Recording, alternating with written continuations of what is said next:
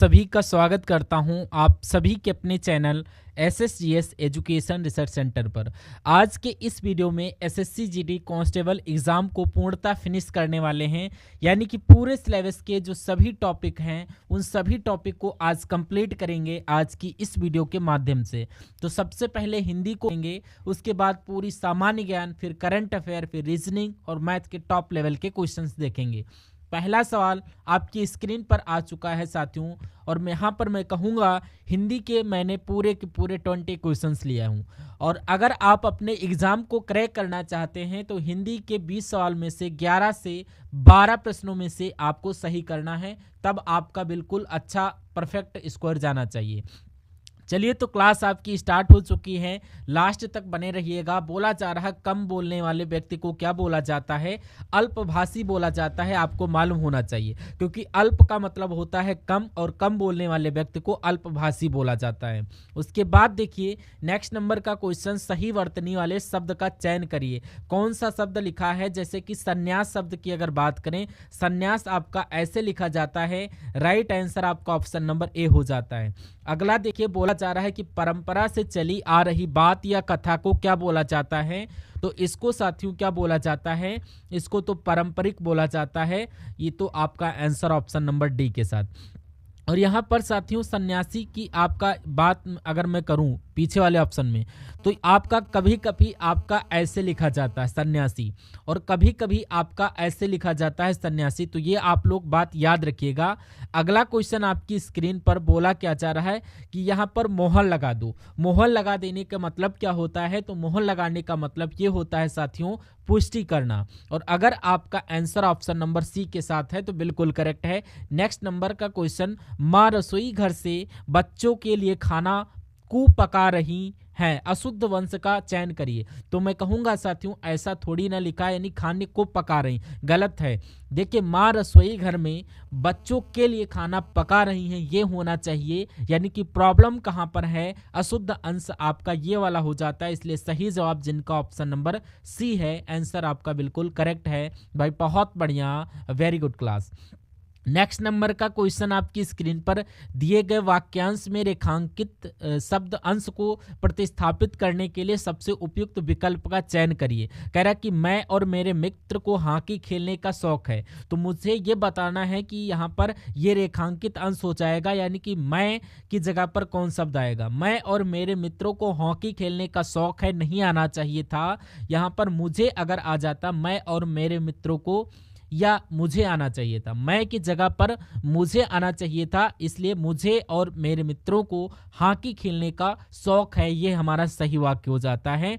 अगला क्वेश्चन देखिए, right answer आपका ऑप्शन नंबर सी। इसमें तो आपको खाली जगह भरना है। बोला जा रहा है कि चार्ट पर मक्खियां चहचहा रही थी, या फड़फड़ा रही थी, या सनसना रही थी। तो आपको मैं कहूँगा चार्ट पर मक्खियां भिनभिना रही थी। राइट आंसर आपका ऑप्शन नंबर डी के साथ जाता है। नेक्स्ट नंबर का क्वेश्चन आपकी स्क्रीन पर बोला जा रहा है कि दिए गए थी, अगर आपने चैनल को लाइक नहीं किया है, वीडियो को लाइक नहीं किया है, तो वीडियो को लाइक कर दीजिए। चैनल को सब्सक्राइब नहीं किया तो चैनल को भी सब्सक्राइब कर लीजिए। तो बोला जा रहा है कि यह मानसिक दास्ता सदा काल से चली आ रही है। तो यहाँ पर मानसिक दास्ता है, तो दिक्कत आपको सदा काल हो रहा है। तो यहाँ पर आपका राइट आंसर कहां पर होना चाहिए, ये आप लोग देखिए और बता दिए। मानसिक दास्ता सदा काल से चली आ रही है, तो यहां पर आपका प्राचीन काल होना चाहिए था। क्या?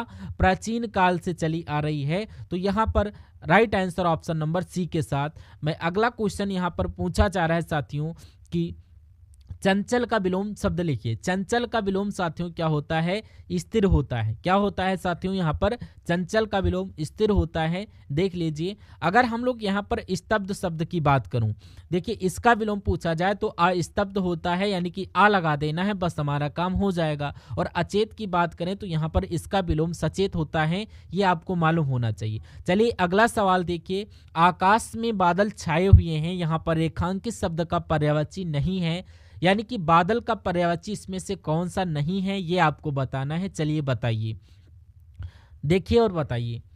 देखिए यहाँ पर आकाश में बादल छाए हुए हैं। यहाँ पर साथियों अगर हम लोग बात करते हैं, क्या बात करते हैं, देखिए और बताइए।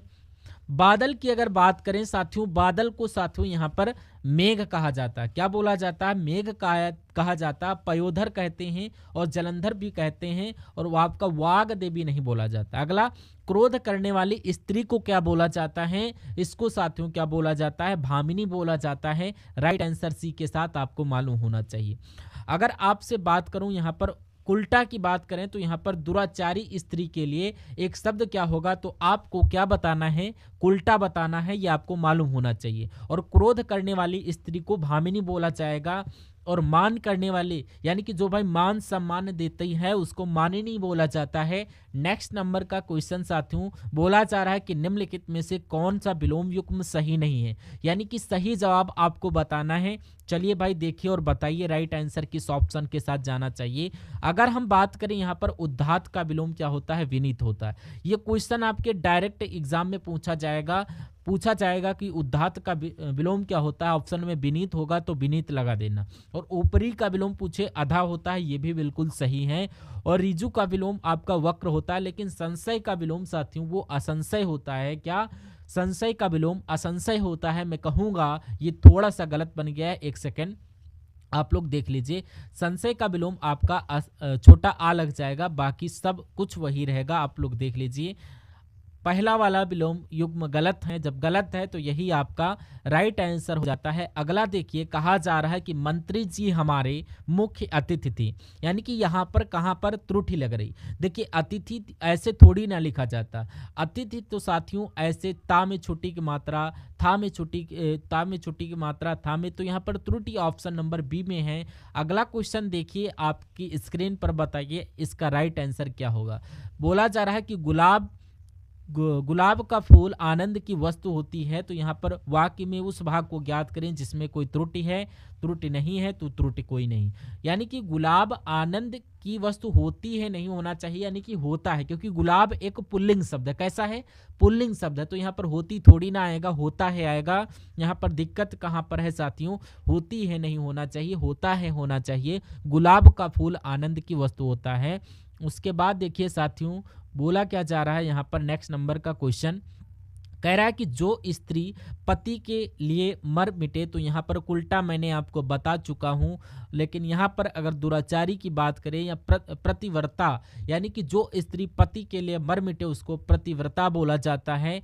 अगला क्वेश्चन आपकी स्क्रीन पर साथियों, मैं परीक्षा में पास होने का प्रयत्न करूंगा, अभ्यास करूंगा, साहस करूंगा, व्यवहार करूंगा, यानी कि खाली जगह में मैं अपनी परीक्षा में पास होने का क्या करूंगा? प्रयत्न करूंगा। यही आपका बिल्कुल करेक्ट आंसर हो जाएगा।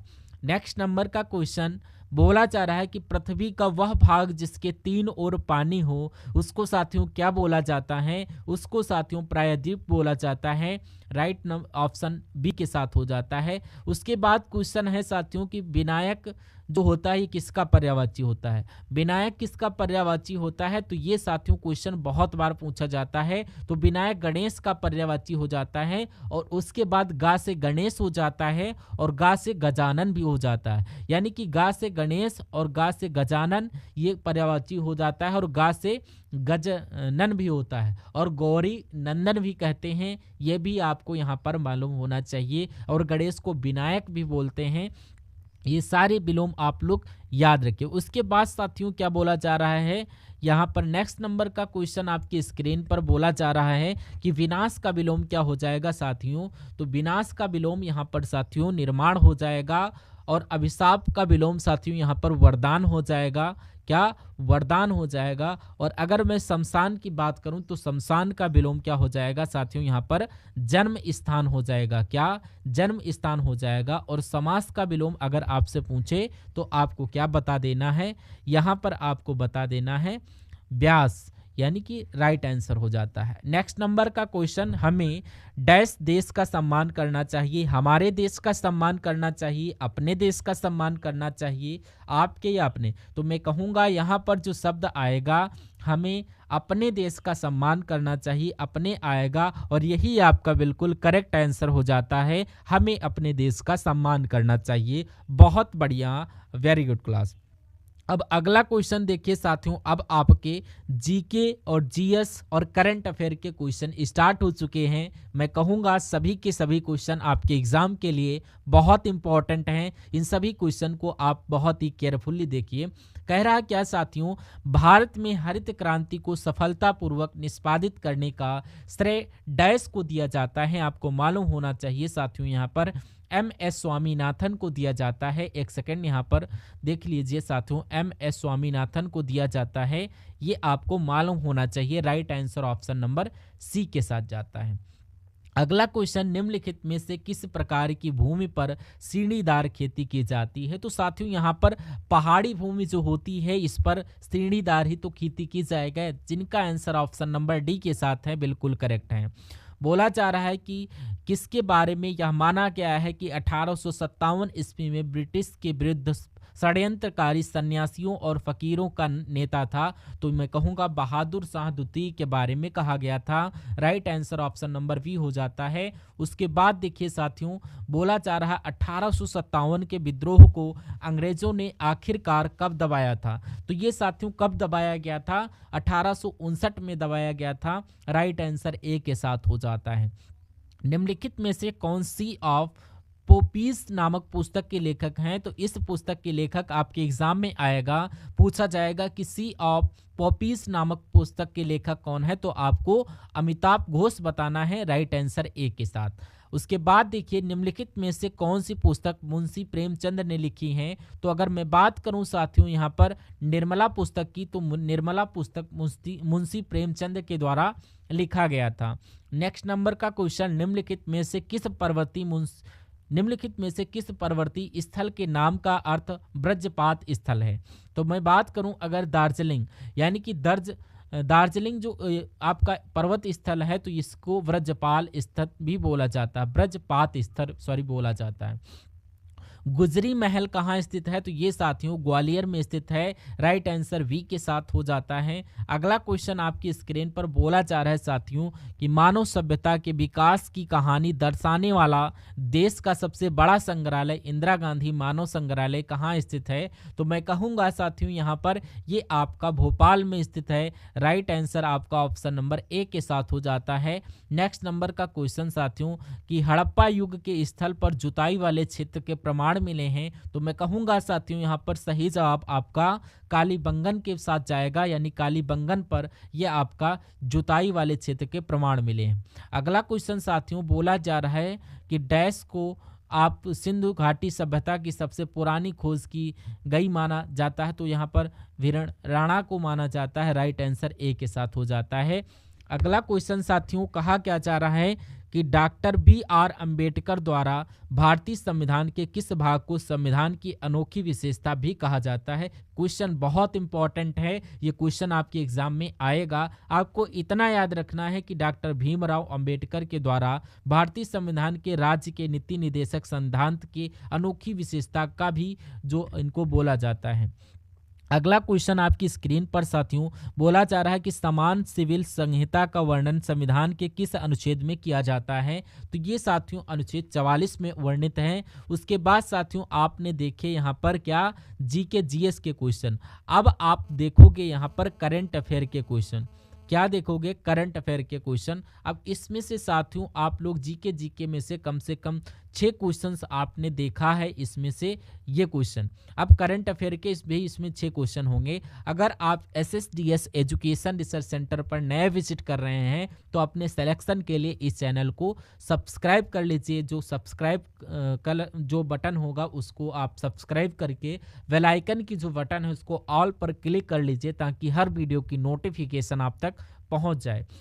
देखिए NCERT जो बुक है, बोला जा रहा है कि कक्षा 6 से 8 के लिए कितने बैगलेस डेज प्रस्तावित किए हैं। तो आपको 10 डेज प्रस्तावित किए हैं। Right answer option number C के साथ जाता है। नेक्स्ट नंबर का क्वेश्चन साथियों बोला जा रहा है कि IMF को 3.6 बिलियन USD से अधिक ब्याज का भुगतान किया गया है। तो ये काम किसने किया है अगर आपसे पूछा जाए तो ये साथियों आपका पाकिस्तान राइट आंसर हो जाता है। यानी पाकिस्तान देश ने IMF को 3.6 बिलियन USD से अधिक ब्याज का भुगतान किया है।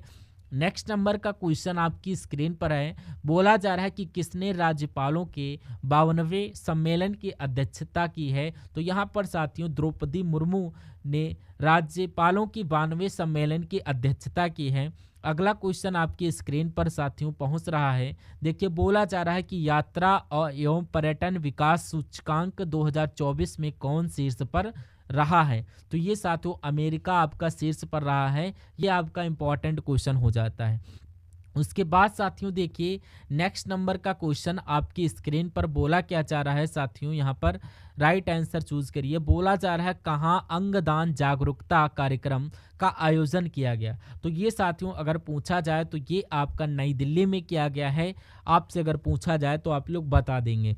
अगला क्वेश्चन आपकी स्क्रीन पर साथियों बोला क्या जा रहा है यहाँ पर कि हाल ही में संयुक्त राष्ट्र की आर्थिक और सामाजिक परिषद का अध्यक्ष चुना गया। तो किसको चुना गया यहाँ पर साथियों?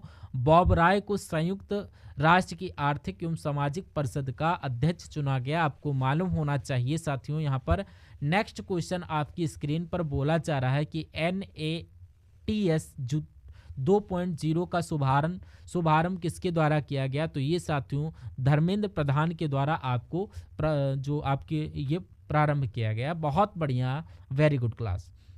अब उसके बाद देखिए साथियों अब आपके कुछ रीजनिंग के क्वेश्चन स्टार्ट होने वाले हैं। और रीजनिंग का पहला क्वेश्चन आपकी स्क्रीन पर बोला जा रहा है साथियों कि आपका दांत का संबंध काटने से है, यानी कि दांत काटता है। और पैरों का संबंध साथियों चलना है, झाड़ू उड़ना है, पैर का चलना, झाड़ू का उड़ना और ट्यूबलाइट का ताप से है। और भोजन बांस से है।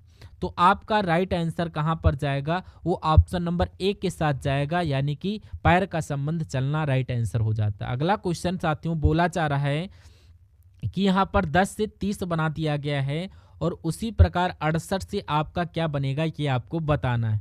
देखिए 10 से 30 बनाया गया तो मैं कह सकता हूँ कि 10 से 20 प्लस किया गया, यानी कि यहाँ पर अगर हम 20 प्लस करते हैं तो 88 आ जाता है। लेकिन ऑप्शन में 88 नहीं है, तो ये लॉजिक हमारा क्या हो जाता है? फेल हो जाता है।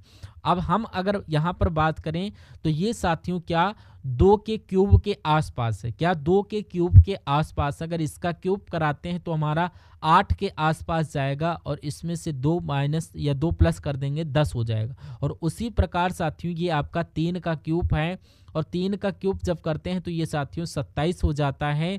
और 27 में हम कितना 3 जोड़ देते हैं तो हमें 30 मिल जाता है। और उसी प्रकार साथियों आपका ये 4 का क्यूब है और 4 का क्यूब अगर करें तो ये आपका 64 हो जाता है। और 64 में 4 जोड़ देते हैं तो हमारा ये 68 हो जाता है।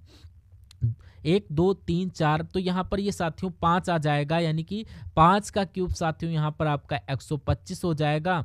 और 125 में 5 जोड़ेंगे तो यहाँ पर 130 आ जाएगा। जैसे 10 से 30 बना है वैसे 68 से 130 बनेगा। और 130 कौन से ऑप्शन में है? ऑप्शन नंबर डी में है। राइट आंसर जिनका ऑप्शन नंबर डी के साथ है, मैं कहूँगा आंसर आपका बिल्कुल करेक्ट जाएगा। बहुत बढ़िया, वेरी गुड क्लास। उसके बाद देखिए साथियों नेक्स्ट नंबर का क्वेश्चन आपकी स्क्रीन पर। इस सवाल को देखिए और फटाफट मुझे बता देंगे कि इस सवाल का सही जवाब आपका किस ऑप्शन के साथ जाएगा। कहा जा रहा है साथियों यहाँ पर सेल्सियस का जो संबंध तापमान से है, तो ये आपको बताना है किसका संबंध किस ऑप्शन से। तो यहाँ पर अगर बात करें साथियों किलोमीटर दूरी, बैंक नोट कार्यालय और मोटर पानी, मीटर पानी और बल्ब विद्युत, तो आंसर आपका ए के साथ जाएगा क्योंकि किलोमीटर दूरी की इकाई है और सेल्सियस तापमान की इकाई है। Right answer option number A के साथ है। जिनका भी था आंसर बिल्कुल उनका करेक्ट है। अगला क्वेश्चन आपकी स्क्रीन पर, इसको थोड़ा सा हम लोग जूम कर देते हैं। इस क्वेश्चन में कुछ है नहीं, इसमें थोड़ी सी बात आपसे पूछी जा रही। एक सेकेंड, जो आपका यहाँ पर है आप लोग यहाँ पर देखिए, आपको बताना है ये आपका ऐसा कहाँ पर, ऐसी पत्ती जो आपकी है ये आपका ऐसी पत्ती आपका ऐसे आ जाएगी और उसके अंदर एक सीधी रेखा खींची हुई। तो आपको बताना है कि ये आपका ऑप्शन नंबर में ए में तो बिल्कुल नहीं है और इसमें भी नहीं है। और यहाँ पर आप लोग देखिए कुछ मिस्टेक यहाँ पर हुई, सॉरी एक मिस्टेक हुई है। ये जो पंक्ति साथियों बनी हुई है, ये पंक्ति आपकी कैसे बनी है? ये साथियों पंक्ति ऐसे बनी है। तो ये साथियों आपका ऐसे नहीं बनी है, तो ये आपका ऑप्शन नहीं हो सकता। लेकिन यहाँ पर आपका ऐसे बनी हुई है, लेकिन यहाँ पर भी नहीं बनी हुई है, यहाँ पर भी नहीं बनी हुई है और यहाँ पर भी नहीं बनी हुई। अगर आंसर आपका ऑप्शन नंबर बी के साथ है तो बिल्कुल करेक्ट है। अगला देखिए, 4 शब्द दिए गए हैं, उसमें 3 बिल्कुल समान है और 1 भिन्न है, तो भिन्न वाले को आपको बताना है। अगर भगवत गीता की साथियों यहाँ पर बात करें तो ये हिंदू धर्म की क्या है, पुस्तक है। और बाइबल की बात करें तो ये आपकी कहाँ पर है, और कुरान और मुस्लिम ये आपकी इसकी हो जाती है। और यहूदी किसी धर्म की पुस्तक नहीं है, जब नहीं है तो यही आपका बिल्कुल करेक्ट आंसर हो जाता है। उसके बाद देखिए, ये भी आपका वैसा ही क्वेश्चन है, थोड़ा ब्लर टाइप में दिख रहा होगा, लेकिन मैं आपको यहाँ पर समझा देता हूँ। ये आपका क्या है, ये आपका दर्पण है और ये आपकी पूरी आकृति, इसमें 2 लिखा हुआ है और ये जेड लिखा, ये 7 लिखा हुआ, ये जेड लिखा, ये 2A लिखा हुआ है, ए बना हुआ है, ठीक है। मैं कहूँगा कि सबसे अंत में जेड है तो जेड सबसे पहले बनेगा, यानी कि जेड आपका कुछ इस टाइप से बनेगा और 7 आपका कुछ इस टाइप से बनेगा और 2 आपका इस टाइप से बनेगा और ऐसे करके आपका कहाँ पर बना हुआ है, आप लोग देखिए और बताइए। ऐसा ऑप्शन नंबर ए में बना हुआ है, ऐसा आपका ए में है, तो ये आपका बिल्कुल करेक्ट। अगला क्वेश्चन यहाँ पर हर एक जो है कॉन्सेप्ट को क्लियर किया गया है। आप लोग वीडियो को बहुत ध्यानपूर्वक वॉच करते जाइए। मैं कहूँगा पूरे सिलेबस का हर एक टॉपिक आपका कवर हो जाएगा। चलिए अब हम इसकी बात करते हैं साथियों, ठीक है ना। अगर हम साथियों इसकी बात करते हैं, यहाँ पर आपका क्या लॉजिक लगा हुआ है, देखिए। अगर हम यहाँ पर जो लेटर्स ये आपके देखिए, जो लेटर्स आपके यहाँ पर हैं सेम वही लेटर्स आपको यहाँ पर नज़र आ रहे हैं और आपको कभी भी ऐसा नज़र आए तो आपको उस लेटर्स को लिख लेना है। लिख लीजिए, बी हो जाएगा, ई हो जाएगा आपका और डबल आर हो जाएगा और उसके नीचे आपको ये लिखना है एस हो गया, ई हो गया, बी हो गया, ई हो गया और डबल आर हो गया, वाई हो गया, आर हो गया, ओ हो गया। अब यहाँ पर अगर बात करें साथियों तो आपको बताना है यहाँ पर जो ये आर ओ है, ये आर ओ आपका यहाँ पर चला गया है और बाकी की जो सारी चीज़ें हैं आपकी यहाँ पर हूबहू लिखी हुई हैं। और बात करूँ यहाँ पर जो बी ई है, ये आपका सबसे अंत में आ जाएगा यहाँ पर और बी ई आपका सबसे ई अलग है ई में, तो ये आपका राइट आंसर हो जाएगा। बाकी ए ई टी आई और एफ यू एल। तो उम्मीद कर रहा हूँ कि आपको समझ में आया होगा कि लॉजिक क्या लग रहा हो। अब अगर इस सवाल की बात करें तो इस सवाल को देखिए साथियों और फटाफट बताइए कि इसका राइट आंसर क्या हो जाएगा। एक गोला था साथियों और इसको क्या किया, बीच से कट कर दिया और इसका पार्ट यहाँ पर ले आए और ये आपका कुछ ऐसा गोला हो गया। अब कह रहा है कि जब इसको हम लोग ओपन करेंगे तो ये कैसे दिखेगा। एक तो आप लोग देखिए, एक तरीके से अगर हम लोग बात करें तो ये साथियों कैसे ऐसा करके आ जाएगा और ऐसा करके आएगा और एक आपका साथियों ऐसा करके आएगा और एक आपका ऐसे करके आएगा। अब नोके आपकी बाहर की तरफ निकली हैं, इसमें नोके जो हैं आपकी अंदर की तरफ है, ये क्रम सही नहीं है। मैं कहूँगा नोके इसमें बाहर की तरफ है, इसमें थोड़ा टेढ़ा बेड़ा लग रहा है, लेकिन यही आपका राइट आंसर हो जाता है। अगला क्वेश्चन आपकी स्क्रीन पर, इस सवाल को देखिए और फटाफट मुझे बता दीजिए आपका राइट आंसर किस ऑप्शन के साथ जाएगा। साथियों अगर आपने इस वीडियो को अभी तक लाइक नहीं किया है तो वीडियो को आप लोग लाइक कर दीजिए और अगर आप लोग साथियों चैनल पर नए विजिट कर रहे हैं तो चैनल को जरूर सब्सक्राइब कर दीजिए। चलिए भाई देखिए, रीजनिंग की जब हम लोग बात करते हैं तो रीजनिंग में सारे क्वेश्चंस आपके ये समझ लीजिए पढ़े हुए ही आएंगे, यानी कि पढ़े हुए से बाहर हैं वो आपके नहीं आएंगे। लेकिन इस सवाल की अगर मैं बात करूं तो क्या है, कुछ नहीं है। क्या है साथियों, यहाँ पर कुछ नहीं है। बोला क्या जा रहा है यहाँ पर साथियों, क्वेश्चन में बोला जा रहा है कि 4 भाई हैं, पी क्यू आर और एस एक छोटे होटल में जाते हैं। वो 4 होटल के कमरे बुक करते हैं जिनकी संख्या 301, 302, 303, 304 और पी और आर के कमरों की संख्या का योग फल कितना है साथियों, यहाँ पर 603 है। कितना है, 603 है। मैं कहूँगा पी और प्लस आर आपका एक तो आपका 6 और एक आप 0.3, एक तो आपका साथियों क्या आएगा 301 आ जाएगा प्लस एक 302 और ये 603, यानी कि 301 प्लस 302 और ये आपका 603। अब ये नहीं कहा जा सकता कि P 301 में जा सकता है या 302 में और या R 301 में या आर 302 में। अब बोला क्या जा रहा है कि आर और एस के कमरों की संख्या का योगफल कितना है साथियों, यहाँ पर 604 है। अब 303 और 301 होगा तो यहाँ पर कितना लिखेंगे, 301 प्लस 303, तभी तो इनका योगफल 604 बनेगा। आप लोग देखेंगे इसमें क्या कॉमन दिख रहा है, तो यहाँ पर साथियों आर कॉमन यहाँ पर दिख रहा है और आर यहाँ पर, और 301 301, यानी कि आर का जो साथियों कमरा संख्या है वो आपका 301 हो जाएगा। और बचा पी साथियों, पी का कमरा संख्या 302 हो जाएगा। बचा एस, एस का 300 कमरा हो जाएगा 303 हो जाएगा। और बचा आपका पी और क्यू, तो अगर यहाँ पर पी और क्यू की बात करें तो 301 2 3 आपका 304, यानी कि आपका ये क्यू के पी क्यू आर कमरों की संख्या का योगफल क्या है, तो ये आपका 302 हो जाएगा। ये आपका साथियों क्या हो जा रहा है, 302 और फिर 303 304, यानी कि पी क्यू आर, यानी कि आर कितना है 301 है। तो आपका योगफल कितना पूछा जा रहा है, तो इनको ऐड करिए तो मैं कहूँगा यहाँ पर ये 907 आपका बिल्कुल करेक्ट आंसर हो जाएगा।